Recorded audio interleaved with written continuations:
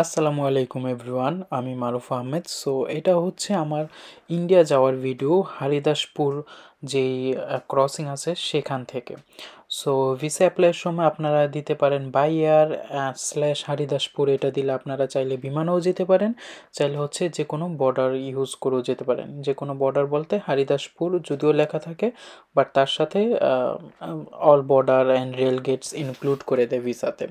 So ইন্ডিয়ার পার্টটাকে বলে হরিদাসপুর, বাংলাদেশ পার্টটাকে বলে বেনাপোল। আর এই যে সুন্দর গাছ ঘেরা যে রাস্তাটাকে দেখতে পাচ্ছেন, এটাকে বলা হচ্ছে যশোর রোড। সো এর অনেক হিস্টোরি আছে, অনেক কাহিনী আছে। সো এগুলি আমি এখন বলে আপনাদের সময় নষ্ট করবো না, আপনারা যারা ইন্টারেস্টেড তারা গুগল করে জেনে নিতে পারেন। সো এখন হচ্ছে আমি যে হরিদাসপুরে আছি, মানে বাংলাদেশের যে ইমিগ্রেশন আছে সেটা অলরেডি পার করে আমি হচ্ছে বেনাপোল থেকে, মানে হরিদাসপুর যে ইন্ডিয়ান বর্ডার থেকে অটো নিয়েছি। সেটা হচ্ছে 50 রুপি করে নেয় অটো, আর 50 রুপি হচ্ছে পার সাভারি, মানে গ্রুপ হিসাবে আপনার যদি যান তাহলে আরও ভালো হবে যদি ফুল অটো বুক করেন। বাট এদিকে আমরা অন্য মানুষের সাথে মিলে উঠেছি।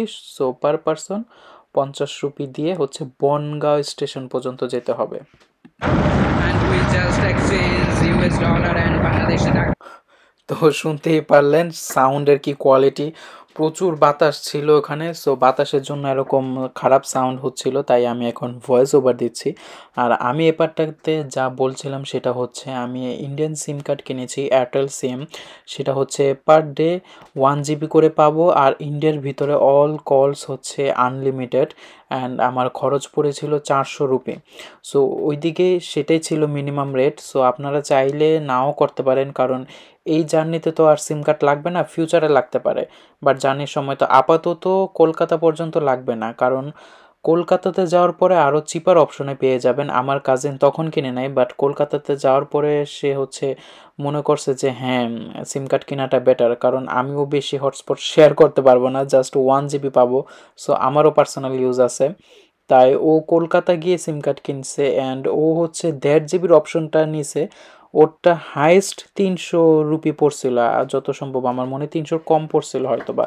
সো আমি 1 জিবি যত দিয়ে পাইছি তার থেকেও বেশি 1.5 জিবি, তো ও অনেক অনেক কম দামে পেয়ে গেছে। সেটা হচ্ছে যে দোকান থেকে আমরা টিকিট কিনেছিলাম, হাওড়া থেকে দিল্লি পর্যন্ত টিকিট, বনগাঁও জংশন বলে, কারণ এদিকে হচ্ছে জংশন, এটা স্টেশন আর জংশনের তফাৎ তো আপনারা জানেনই। সো এই বনগাঁ জংশনে দেখবেন মেশিন নিয়ে অনেকে বসে আছে, মনে করবেন না তারা দালাল যে তাদের কাছ থেকে হেল্প নিতে গেলে তারা টাকা চাইবে, এরকম কিছু না। জাস্ট সাধারণ জনগণকে সাহায্য করার জন্য রেলওয়ে কর্তৃপক্ষ থেকে মানুষজন আছে। তো ওইদিকে গিয়ে আমি হচ্ছে টিকিট কিনে নিয়েছি। শিয়ালদা দুইটা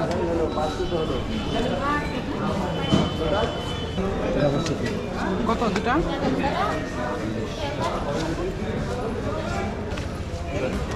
নেক্সট ট্রেন কটা বাজে? এটা 3 নম্বরে চলে যান, 3 নম্বর, 3 নম্বরে। এই প্ল্যাটফর্মে যেখানে আমি দাঁড়িয়ে আছি, মানে ঢোকার সাথে সাথে এটার অপোজিটে যে প্ল্যাটফর্ম দেখা যাচ্ছে সেটা হচ্ছে 2 নাম্বার, আমি যেটা দাঁড়িয়ে আছি 1 নাম্বার। আর সেম প্ল্যাটফর্মই হচ্ছে 3 নাম্বার। সো যে রেলওয়ে ট্র্যাকের উপর দিয়ে যে ওভারহেড যে ফুট ওভার ব্রিজ আছে, ওই ব্রিজটা দিয়ে সেখানে যেতে হবে, আর তার উল্টো পাশে হচ্ছে 3 নাম্বারটা। সো আসার কতক্ষণ বেশ সময় পরেই এই স্টেশন, মানে এই ট্রেনটা এসে পড়েছে স্টেশনে।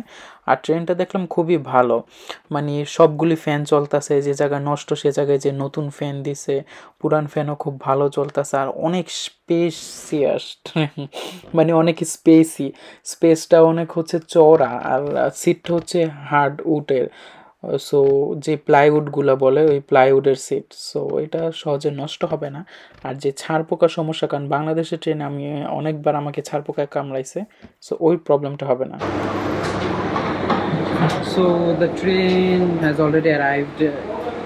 Usually or regularly it arrives at platform number 3, and it comes, the direction it came from, it goes on the same direction, because this is the last station over here, train station, because we just came from the Bangladesh border from that side, so this is the last station obviously.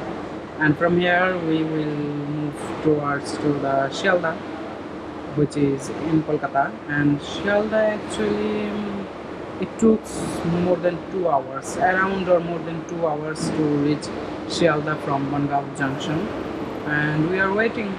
The train is really nice. I really loved the interior of this.